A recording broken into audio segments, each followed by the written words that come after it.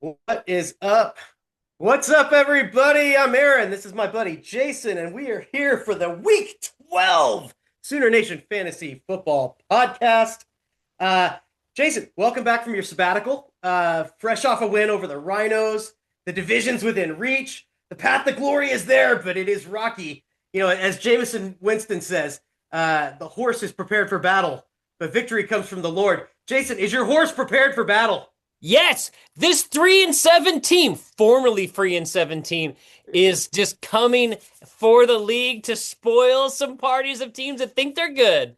There we go. Here we go. Here we go. You know, you live life forward, but you learn it backwards. So let's look at the Week 11 recap here. Wow, the wisdom of the aged. My goodness. I think I lifted that from Jalen Hurts. Well, hey, yeah, let's go ahead and take a look. Do you want to just start anything else, or do you want to just kick it off right now? Let's just go. Let's just go. Yeah. Oh, yeah. Look at that. Ghosts defeat Brandon 97-87.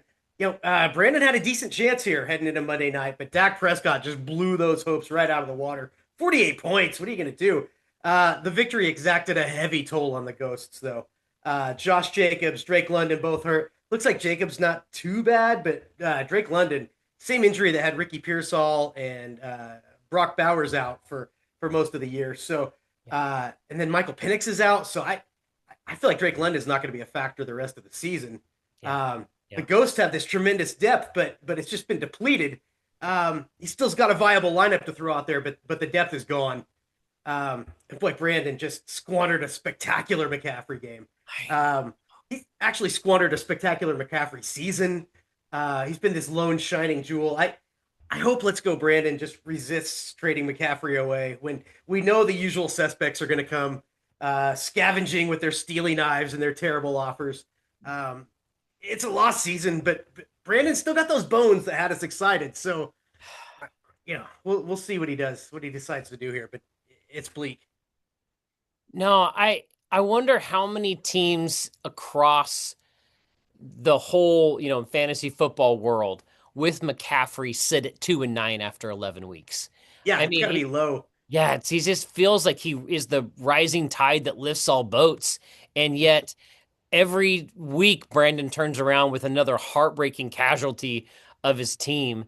And yet Bowers is, returned and looks really good, but didn't look good enough to put him over the top with 7 for 72. Dak's 4 TDs. Just what do you do? You can't.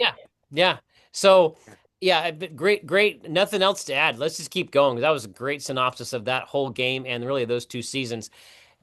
I don't know how far off we are for talking about great regular seasons, but 10-1 is a pretty special record. That is tough. That is really tough to get there. I remember a season when you went undefeated heading into the last game, and I believe you threw the last game against Brad. I didn't throw it so much as I thought my bench guys could still beat him.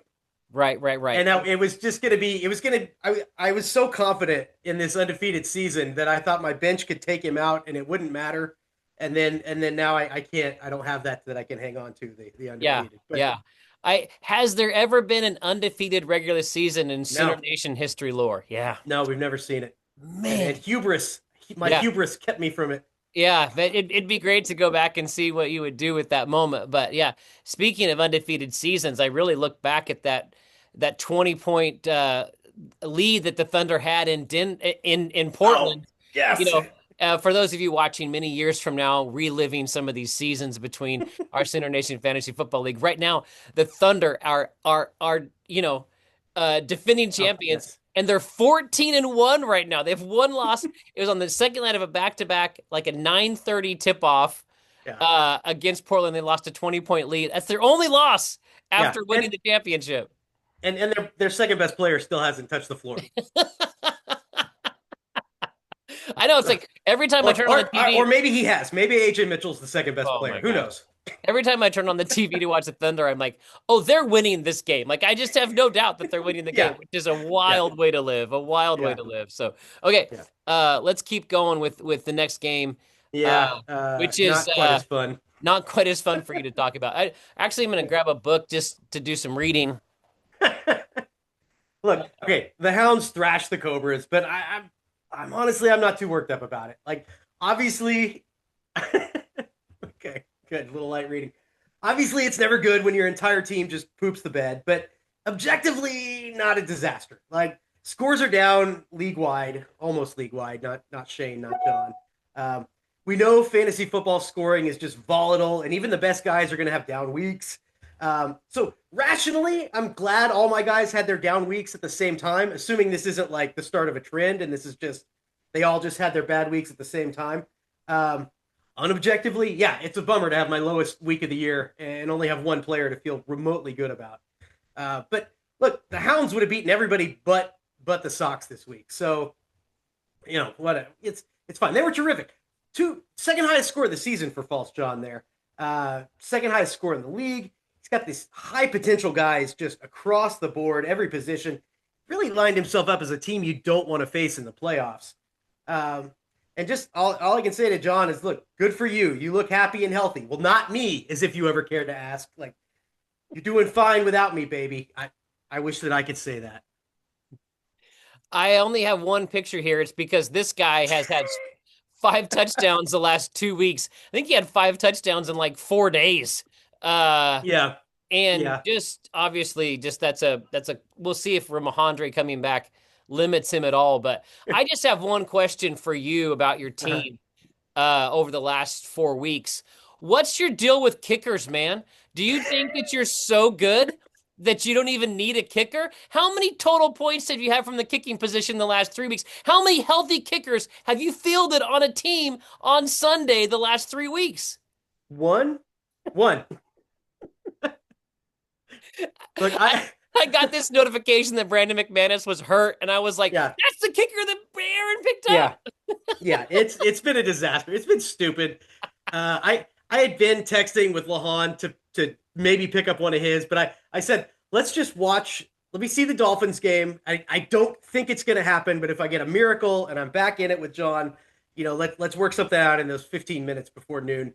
And the writing was on the wall. I did not need to make a trade. I really like how you play that international game. I've chosen for my best effort to not start anybody in the international game.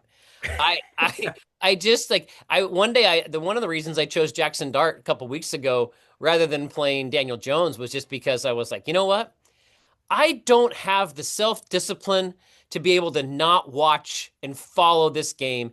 And that's like I need to be locked in like 3 hours a week. You know what I mean? That's the crucial window. Yes, like 8:30 to 12:30 is like that's pretty important 4 hours of my week. And if I have a quarterback going during that time when I'm getting ready for church, teaching Sunday school class, and leading a church through a Sunday morning, I just was like, you know what? I don't have the discipline to not be looking at my phone during worship, Sunday school class. Yeah. So I was like, you know what? I'm just going to bench players. Especially in a season that seems not like my best season. So I was like, you know what?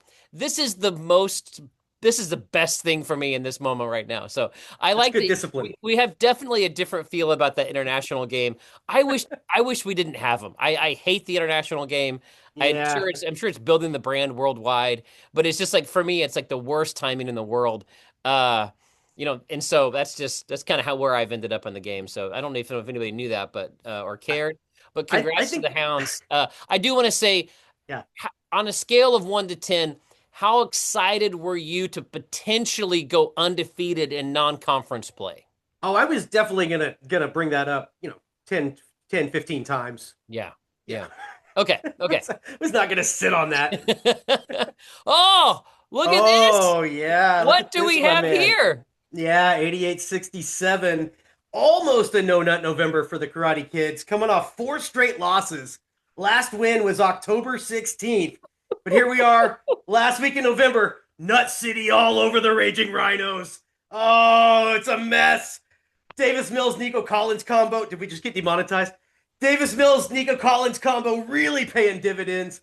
Outscoring the Rhinos' vaunted Patrick Mahomes. Rashee Rice combo by 15 points. Your 2 guys, his 2 guys, 15 points. That's big time. Travis Kelce just milking everything he can out of his final season. Number 2 on the year. Uh, the Rhinos are spiraling. This is 3 consecutive losses. They Man, haven't surpassed 90 points in any of those games. man. The Rhinos are traditionally a team that makes a big splash right around this time of year. He doesn't seem to have a lot of assets to work with. No first round picks. So interesting to see what he does. But I'm very confident Jeff's going to do something. Oh, interesting. Yeah, he'll find a way. He'll find a way. When I texted Jeff after the win, because Jeff is one of those winners, one of those winners, one of those owners that everybody kind of, he sends me this very nice congratulatory text that I've won the week. I was like, oh, what? This guy's the nicest guy in the league. Yeah. He's just such a good guy.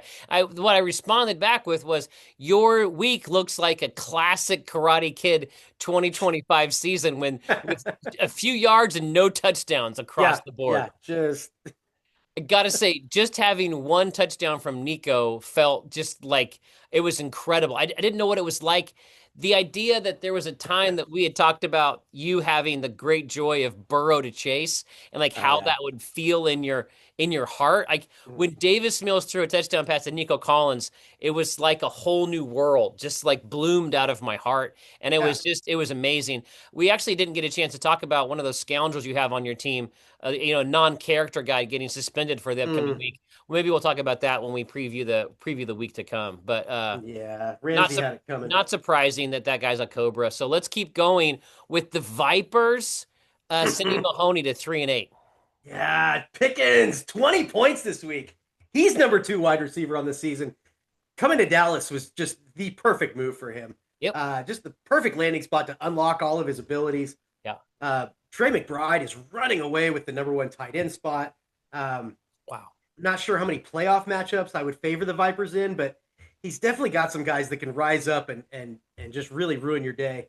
He showed flashes this season, but boy, seemed like a team on the rise, and now there's just no way to look at this as anything but a disaster.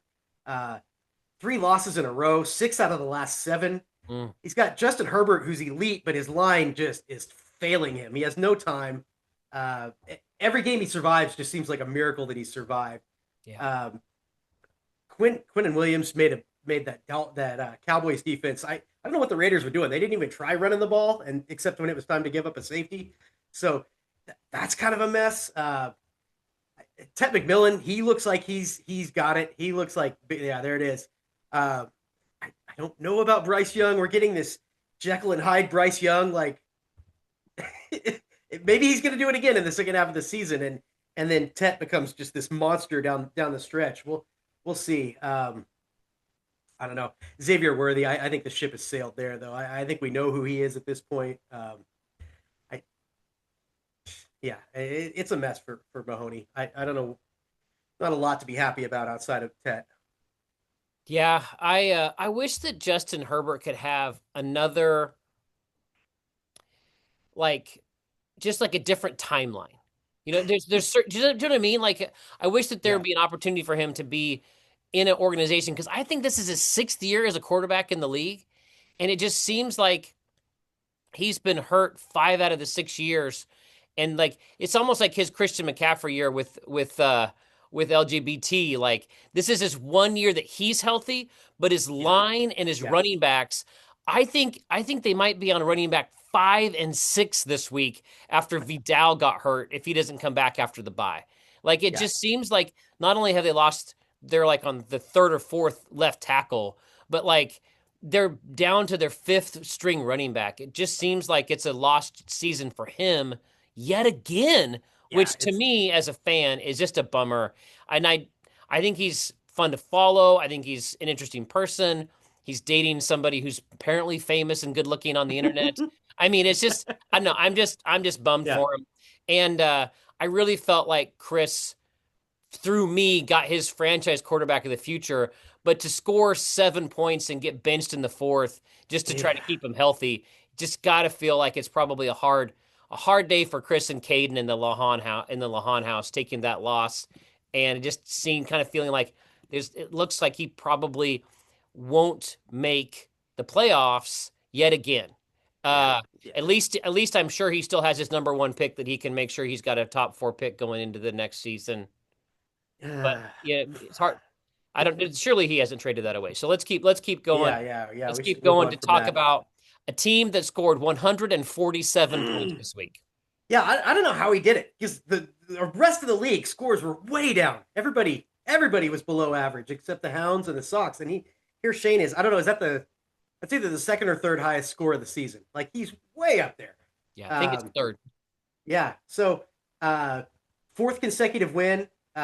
He's had two 140-point weeks in a row. Like this is the league's hottest team.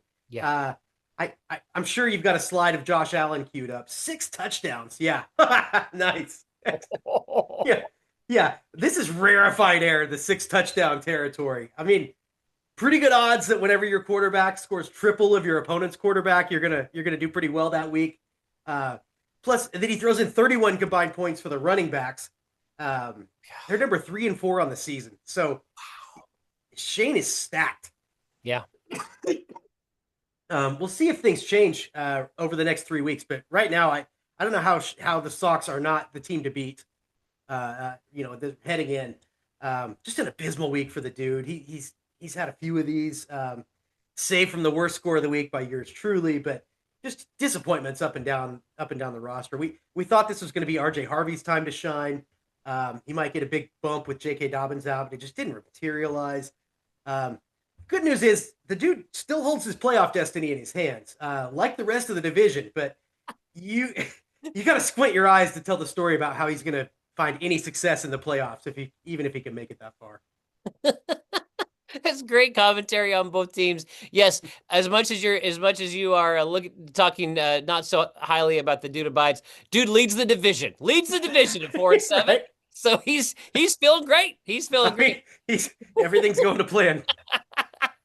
My only added commentary was the coolest play I thought of the whole week of week 11 was the fake tush push end around by tight end Mark Andrews for that touchdown. So cool. So cool. Congrats to former Sooner for catching the most passes in Baltimore Raven history and being able to take that, 40-yard touchdown run around the end. What a cool play. What a cool day for the former Sooner. So congrats to him. And let's talk about the Rompers beating the Pharisees. Yet another division leader at 4-7 for the Pharisees. Here they go. This is 4 wins in a row for the surging Rompers. Wow. They were 2-5 a few weeks ago and really turned it around to get this winning record. What a month it's been for Chad. He went 4-0 and I went 0-4. So I bet he's had a lot better month than me. It almost reeks of voodoo or witchcraft or something. Like he did the chicken with Jobu. I sort of feel like with Baker Mayfield, we're going to find out after the season he's had his appendix burst in April or in week 4, and he just didn't want to get it fixed yet. He's going to have some horrific injury that we're going to be like, what? Obviously, he'd be dead if the appendix burst. I didn't mean that part. But look, he still doubled Lamar Jackson. Still doubled him. Where you at, Lamar? Christian Watson seems to be the pass catcher you want to have with Tucker Kraft out. Kyron Williams has been really terrific. What a luxury to have a running back that Sean McVay is leaning on. Absolutely. Do you remember back in week 3 when we were thinking the Pharisees could be the best team in the league? Yep. Feels like a lifetime ago. Bijan Robinson finally getting the red zone looks, and look at that, 2 touchdowns, of course. Atlanta's a mess, though. I can't see him hitting this number again. No. If Kirk Cousins looks like a disaster, I think that offense is just going to go right down the toilet. That's all I got on this one. Let's just move forward then. Congrats to the Rompers for having such a great month, and not only having Christian Watson, but having the guts to start him. Congrats to Chad. Let's take a look at our league standings. Of course, the best team in the league on the very top there. You've got 4 teams just of excellence, just fighting it out for the supremacy to get that top 3 seed. I'm not sure if they're going to be the 1, 2, or 3 seed, but the winner of that division will probably be one of those top 3 seeds. It looks like the Dudabies and Pharisees look like they're in the best position because of the tiebreakers already being 2-1 in the division, but a lot as we move into divisional play, a lot to be decided. In the Eruption division, we've got Three teams over 500 seems excessive to me. Uh, but we'll see. We'll see how the season ends up there. It looks like I don't think the Ghosts are going to go 0-3. I don't think that the Cobras potentially will catch them. No, I guess, he's got it locked up. yeah. And then, but look at this. Every single team in our Hot for Teacher division, you know what? Congratulations to them. Not only does Ryan Walters resign this year, and so we the long tear of Ryan Walters in Oklahoma is over with. Every single team in Hot for Teacher division is over 500, and Yeah. we've got a great divisional race, which I think will lead into our game of the week coming up here as we Yeah, preview it's fun. week 12. Let's take a look at the point standings. The Russell Sweat Sox on top, 20 more Yeah. points than the Cobras with their last 2 weeks, totaling almost 300 points. The team at the very bottom, let's just Oh no. no sense looking at that. Let's just keep going. Our picks contest last week, Jay didn't even want to pick I know. the Thursday night game and beats everybody. Yeah. The teams Yeah. he picked Jacksonville. Other than that, picked every winner of every game except for Kansas City. Yeah. It was Unbelievable record. just a great week, and not even wanting, giving everybody everybody freebie. picked New England. Yeah, gave everybody a freebie.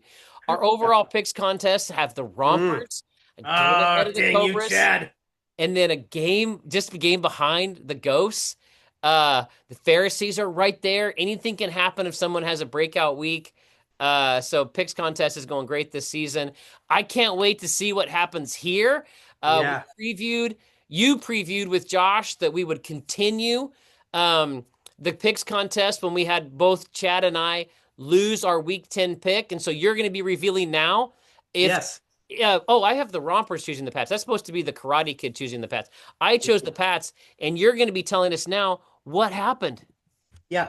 First, I do want to take a moment to say, great job, Josh. Thanks for coming on last week. Yeah. He did a great job. He was very prepared, which was really refreshing for me to do a show with somebody that had done a lot of research and work and put in some real effort. It was great. Yeah. Yeah. No. Well, hey, let me say thanks to Josh too and his family. Josh, get on the message board or the text thread. Let us know if the family liked you being the featured leader. And I really felt that he was very kind, saying, and it seems like this would be pretty easy to do. But it's been fun to be able to have the push and pull of our friendship and relationship over these. But it was really fun, and I've got tickets to take the girls to see Wicked for Good. Super pumped. I'm looking forward to just the whole experience, and I thought that was really special. So thanks to Josh for his preparedness and fun, and a little bit of a gimmick, which I found just really wonderful. So I guess we'll go back to the screen, and I guess the great reveal is going to happen. Yeah. So we had sudden death overtime, Karate Kids and the Rompers. I got the text from Jason. He's choosing the Patriots. They beat the Jets. Chad went with the Alabama Crimson Tide. And I wasn't sure about letting him choose a college team, but it bit him in the butt. He's a Tide fan. He was rooting against the Sooners on Saturday. So congratulations, Jason. You have won the 2025 survival pool. God, it feels great. It feels great. I look back into long ago when the year that I won the Triple Crown. I won the league, I won the picks contest and the survivor contest. It seems like many, many years ago that happened. But it does feel good to be one of the champs of the season. So thank you to you and the league for your support, always rooting for me and making sure that you're wanting me to come out on top. So it means a lot to be the champ. So that feels good. One contest out of the way, 2 to go. So great to be a little more work ahead of you. Speaking of contests, the super contest results are in, and this week Team Middendorf with 3.5 points. Whiteside, Chris, and Copeland also with 3 points. Good. Smith with tough weeks. You can also check my work if I screwed up. It seemed like the pick of the week was the San Francisco and Dallas were the most popular picks that led to winners. And the team that was the most popular pick were the were Justin Herbert from California flying east to play and being a huge favorites and just getting blown out, So ugly. by Jacksonville in Yeah. Florida. So that leads us to our standings. Chris on top. Mm. Man, he's way Uh, out there. and Middendorf just with this huge week just has kind of climbed up to second place. There's where we stand for the Super Contest. And now it's time for the Week 12 preview. So, Aaron, let's take a look at what we've got back to the divisional games. Yeah. The Ghosts can clinch the division with a win. It is tough to find any advantages for the Cobras. I do think Jonathan Taylor and George Kittle outscore their Ghost counterparts. Outside of that, I think the Ghosts just run away with this one. Jordan Love versus the Vikings doesn't seem all that enticing. Now, Dak Prescott has to play the Eagles, so we just saw them shut people down. So I don't know. Does he trust Brock Purdy versus the Panthers? The 49ers defense is terrible. Rico Dowdle's just in a prime spot to thrive. Not sure what Saquon Barkley's going to do. Dallas's run defense looks way better. I don't know how the Eagles O-line is going to function. It's tough. Saquon's got a harder road, I think, with Lane Johnson out. But the story here, wide receiver is just a disaster for the Cobras because Travis Hunter's out and Jamar Chase is suspended and Jalen Waddle is on bye and Lad McConkey's on bye. So I got Ricky Pearsall and Dallas Goedert. So honestly, because I don't think I'm going to win the division anyway.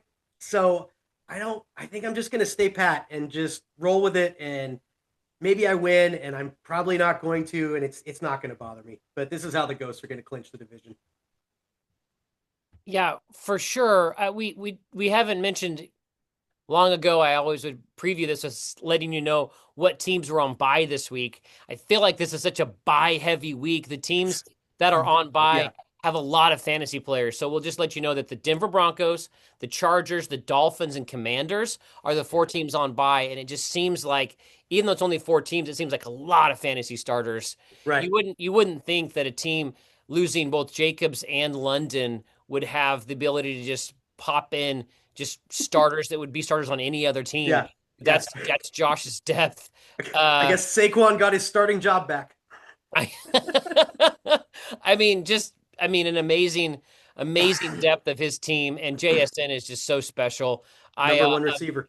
Yeah, I'm worried about your team moving forward. Man, Jordan Love has not looked good. I don't know.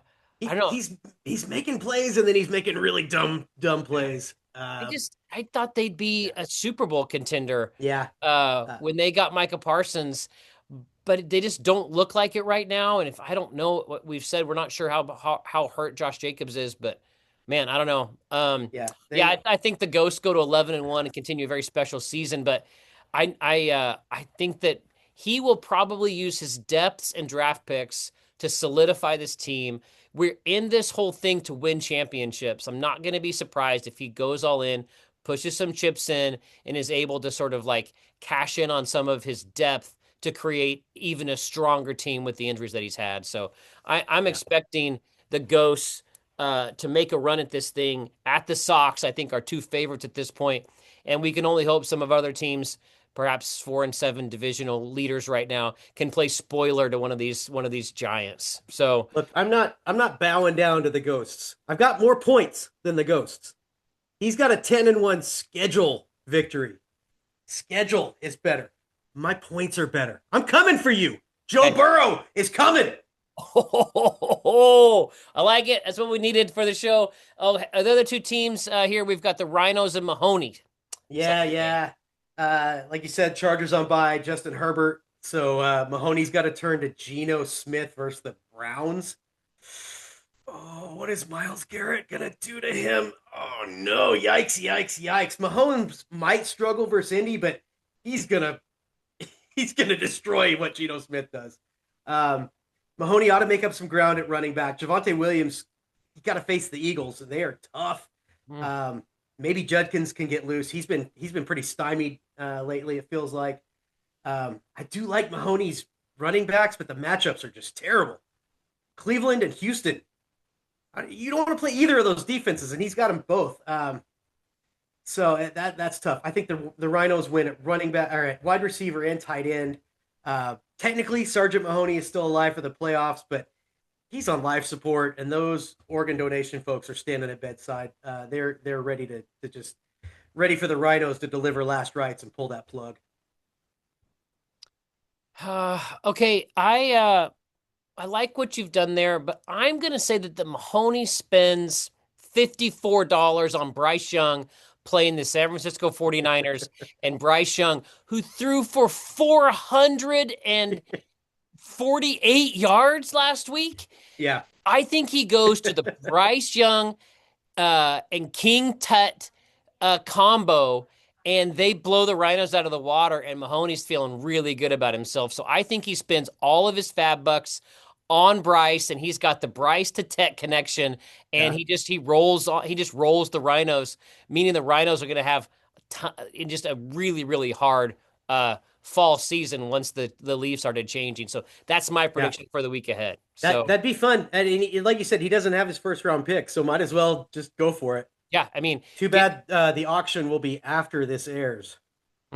yes, it's in 20 minutes. So so people know I predicted it's 11:40 a.m. Central Standard Time on Wednesday. So I predicted what he did with his fab bucks before, and we'll see what happens. Uh, so Yeah. hey, these are two 6-5 teams. Yeah. Not the game of the week, but dang, is it a great matchup. It's a really good one. It's a good one. Baker Mayfield versus the Rams. I think that's going to be enough to keep the Rompers in it, but I'd rather have Jared Goff versus the Giants. Etienne could play well against the Cardinals, but how much is he going to cede to Basil Tootin? Like we're seeing that we're seeing those carries start to come up for Tootin. They're trusting him more. I don't know how banged up he might be. The Rompers running game seems way more potent, especially if we can ever get Bucky Irving back. But man, I would not want to face George Pickens these days. He is on fire. Can't say the same for the Vipers wide receiver too, especially with Cortland Sutton on bye. I think it's going to be, yeah, Vipers have 2 wins in a row heading into conference play, and I think Vipers make it 3. You know, I'm going to take Chad just because of the month that he's had, and even though they're playing the Rams, that Sunday night action is just super fun to be able to have the potential for the combo there. I think Chad's on a roll. And again, like we just said, even though he's got Chase and Kyron, the idea of getting Bucky back for the run, the Tampa Bay stack, is really really intriguing as we kind of lead into the playoffs. Let's talk about LGBT versus the division leading Karate Kid. Yeah, 2-9, 4-7. Division's wide open. Sure, half the division hasn't cracked 1,000 points yet, but you're gonna get there this week. You're gonna get there. I think Brandon's eliminated, even if he wins out, but I did not dig into the math because I didn't care enough, honestly. The other 3 teams, though, Pharisees, Dude Abides, Karate Kids, one of these teams is going to be the 3 seed. One of these teams, and the other 3 are most likely out of the playoffs. So that's some awesome stakes for these next 3 weeks. Like, your division is way more interesting than mine right now. Way more. This is great.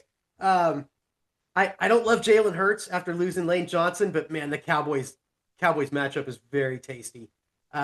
So tasty, and then CMC gets San Francisco. Yeah, on Monday night. It's a peachy couple of matchups there for him. His tight end Kyle Pitts is gonna have Kirk Cousins throwing him the ball, so I don't feel great about that. It's the wide receivers are a problem there. I think your wide receivers just obliterate his. Are you going with 3? Or are you going with 2? Yeah, that's what I would do. I think you've got the right lineup there. I think Kenneth Walker is due for a big blow up. Me too. I could kind of see you having a big week. I do think it. I'm ready to call it for you, but I had Brandon in my notes. I'm sticking with my notes. Brandon, give me Brandon. Oh, no, I do.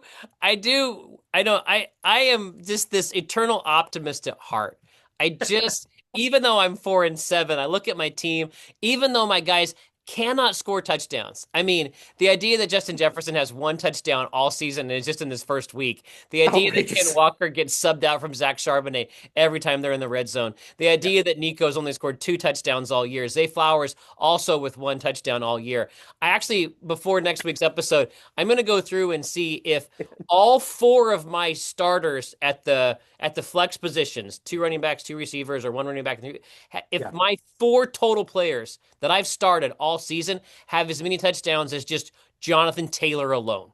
If just one of your players. I doubt it. If all no, there's no way that we have as many touchdowns as JT. So like there's this idea of the idea that there'll be this moment coming into the last 3 weeks where my guys who've been consistent with yardages will actually start catching touchdowns, start scoring touchdowns, and I'll be able to be that 3 seed to beat a team that has so many more wins and points than me. So I'm not giving up on the season. I'm not trading away a tight end for some trash just for the future. I kind of believe that the goal of this whole thing is to get yourself in the playoffs and to play spoiler and just never know what's going to happen.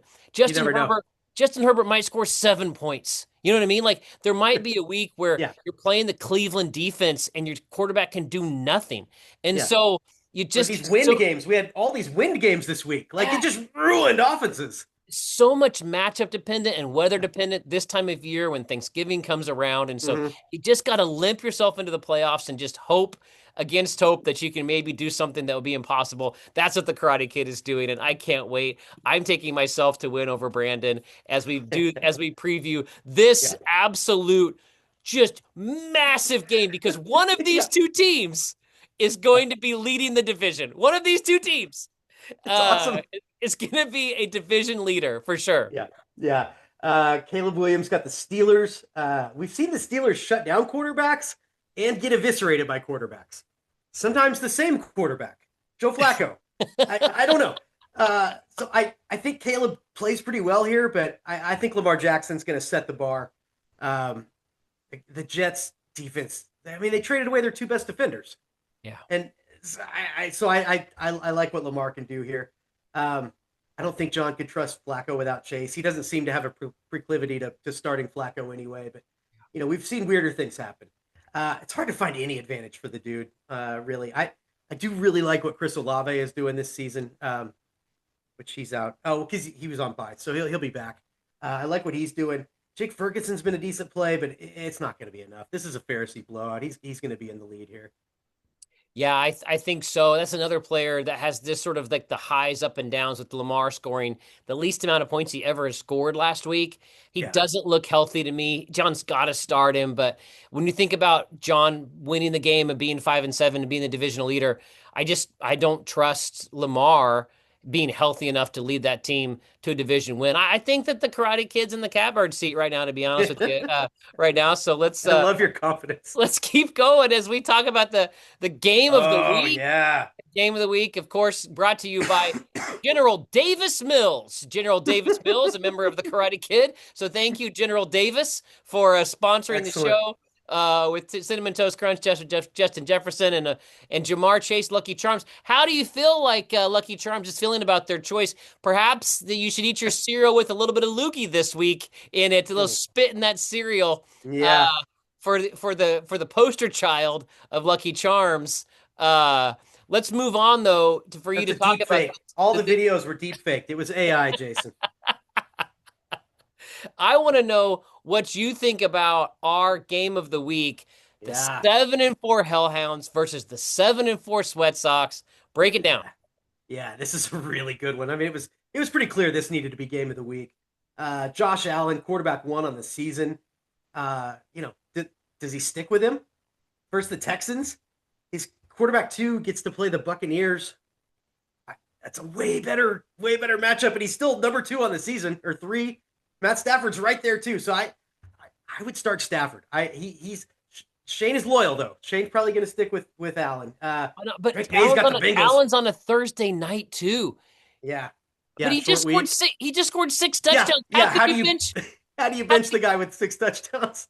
Well, because there should be some regression. But no, it's emotional and Drake May's got the Bengals though. That is, they're not interested in stopping anything. Um, especially if False John is getting these Trayvon Henderson passes and he's Yeah. getting those stack points. Yeah. I think Derrick Henry's going to clean the Jets' clocks, but here's Jahmyr Gibbs on the other side. He has been remarkable. Both guys, I think they play real big this week. Probably counter each other out. Really hurts the Sox to have Achane out.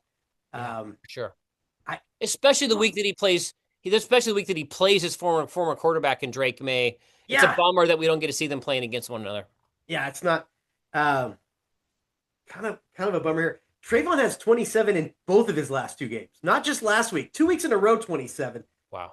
He's got the Bengals. Jameson Williams has been unlocked.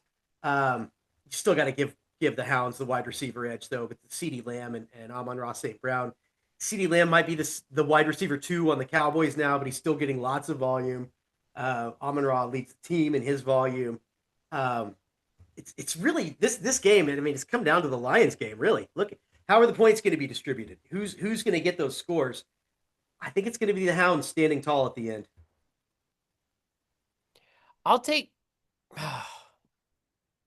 I was leaning Hounds too. I'm going to go with it. I think getting Tyler Warren back off of bye is a huge deal. I hope it's a huge. Oh, yeah.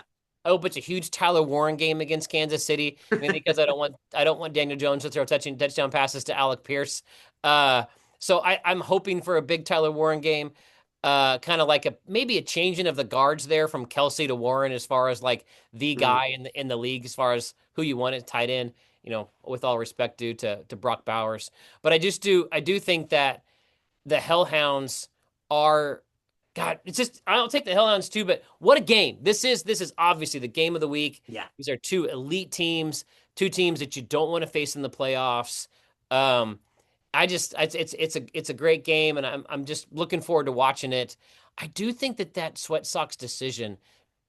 Has anybody ever sat a quarterback who's starting and healthy who has scored 6 touchdowns the previous week? I mean, how many guys have scored 6? Like Answer's got to be 0. Right. Answer's got to be 0. Yeah. So, but I agree. Yeah. I think that our dear friend Shane watches the show. You and I right now at noon on Wednesday are advocating. We think you should bench your quarterback who scored 6 touchdowns last week. Yeah, seems like the smart play to me. Sure, why not? It's not like the game's all that important. Oh man, yeah. I want to thank Josh again for stepping in last week.